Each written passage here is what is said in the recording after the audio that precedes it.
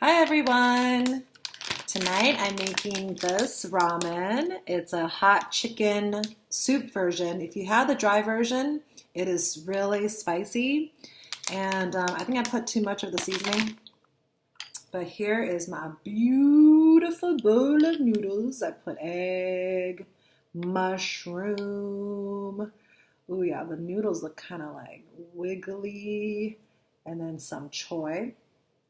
And I had some leftover scallops, so I pan fried some scallops. Look at that. Look at that shine. That is, mmm. So let's see, okay. Mmm. Can't wait. Ah.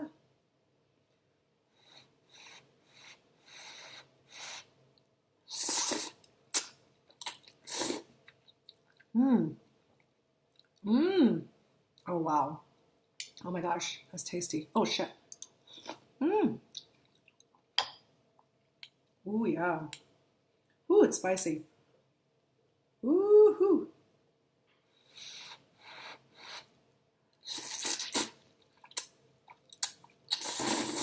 Mmm.